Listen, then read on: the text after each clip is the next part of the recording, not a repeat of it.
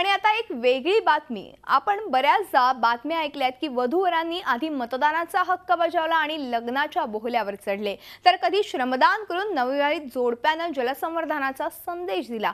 पण गोंदियातील एका नवविवाहितेनं लग्न मंडपातच धाडसी निर्णय घेतलाय। पाहूया काय आहे हा नववधूचा निर्णय।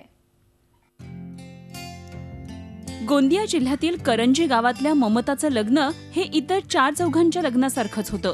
वऱ्हाडी मंडळींची लगबग, शेहनाईचे सूर, नटले थटलेले वधूवर। दुपारी 1:30च्या मुहूर्तावर ममताचं लग्न लागलंही। मात्र लग्न लागताच अक्षतेचे तांदूळ अंगावर पडताच नवविवाहित ममतानं आपल्या नवविवाहित वराला मंडपात 4 तास सोडून थेट गाठलं ते परीक्षा केंद्र। होय, परीक्षा केंद्र। शिक्षणाबद्दलची तळमळ ममतानं सासरच्या मंडळींनाही समजावून सांगितली होती। त्यामुळे कौतुकानं त्यांनीही ममताला पेपर देण्यास प्रोत्साहन दिलं। मला शिक्षणाची तळमळ आहे।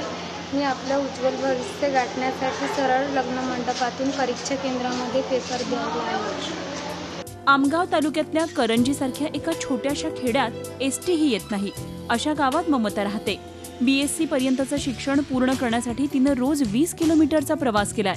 त्यामुळे BScची फायनल परीक्षा देण्यासाठी ममतानं केलेल्या या धडपडीबद्दल शिक्षकांनीही तिचं कौतुक केलं। लग्न लागल्यानंतर 20 किलोमीटर अंतरावरून या ठिकाणी आपल्यापर्यंत पोहोचलेली आहे। निश्चितच या परीक्षेच्या माध्यमातून ती समाजापर्यंत एक चांगला संदेश देऊ इच्छिते।